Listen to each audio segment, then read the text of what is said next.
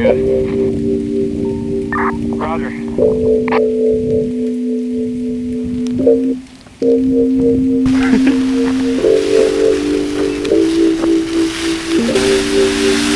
it goes.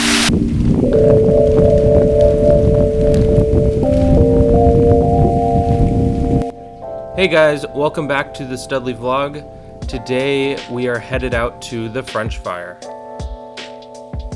We were on our way back from the Caldor fire, which was in my last video, and as we were driving back, we noticed that the French fire was picking up, so we changed our route and headed towards Kern Valley. Poor old man. Now the fire is up by Lake Isabella, which is actually kind of interesting because the town Isabella was named after a queen.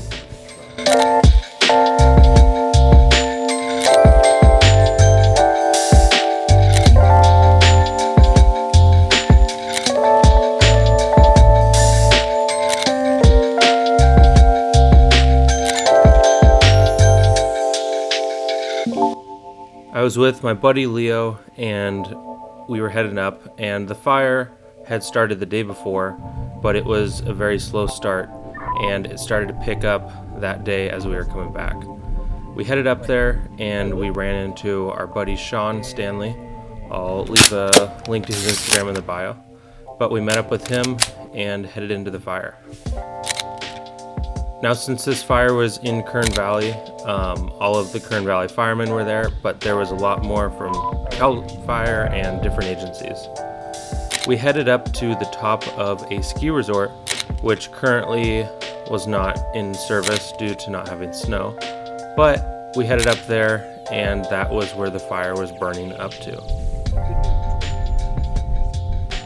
Now, something that you always need to keep in mind when you're at a wildfire is to always be prepared. So we always park our cars so that if the fire comes towards us, we're able to hop in and head out and not have to back up or flip U-turns, as well as wearing the proper safety gear.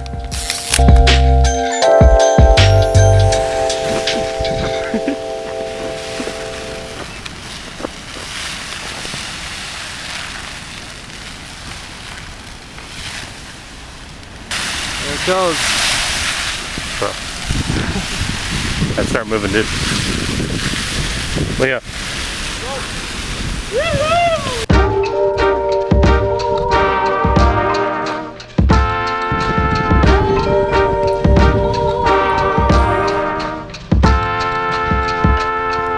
So this isn't your typical wildfire because it is in the forest. So forest fires are a bit different because there are so many large trees and a lot of brush that burns.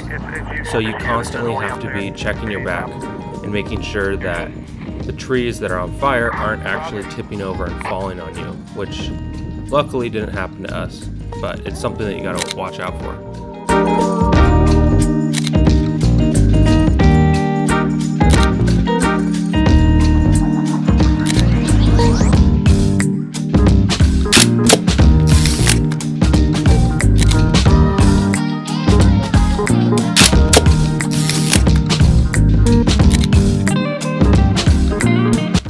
Leo was getting some shots to send out to the news stations. I brought my HASSELBLAD 500 CM with me, and I was shooting on HP5 at 800 ISO. Now this is a great camera, but the one thing is that when you're at a fire, you have to make sure that there's not a lot of dirt and dust going into the camera, which will later mess up a bunch of your shots. So I had to keep blowing it off and making sure that it was clear. I don't see anyone, but all their rigged. And you might be wondering, hey, what camera are you shooting with? I am also shooting on my digital camera, which is how I recorded all these videos. And that was using my Fujifilm X Pro 3 as well as my Fujifilm X Pro 2. So back to Lake Isabel. There was actually gold that was discovered in 1853 there. And Roger. a massacre happened a couple years later, and then the town Isabel was founded in 1893, and it was to honor the Queen Isabel of Spain from the Columbian expedition.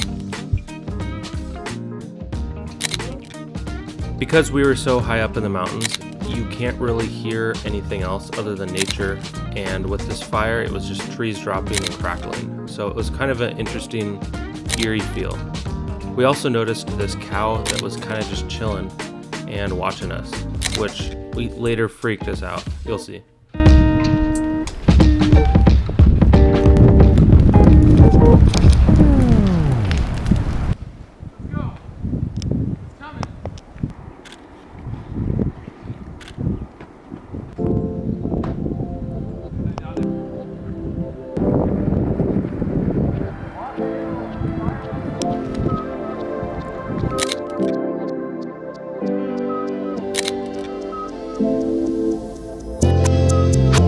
The fire started moving pretty rapidly and the wind really kicked up, so there was a lot of embers being shot around.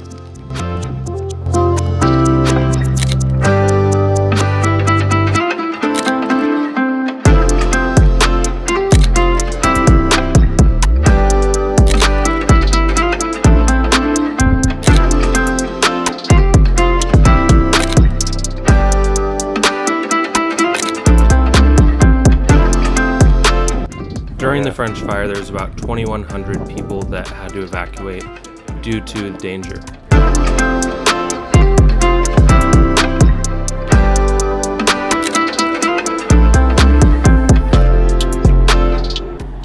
When we had gotten to the fire, it was about 13,000 acres at the time, and there was about 846 people that were now working on the fire, trying to knock it out.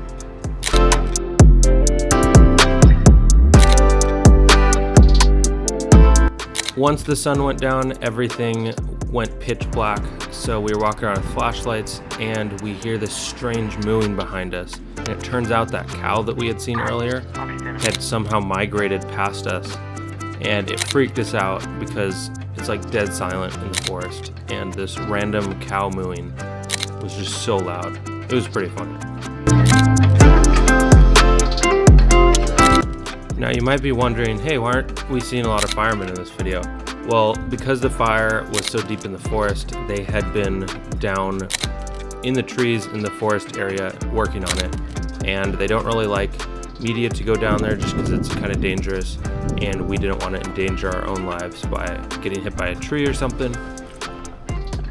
Now it was getting pretty dark and the wind had died down a bit, so we decided to call it a night and headed back to the valley.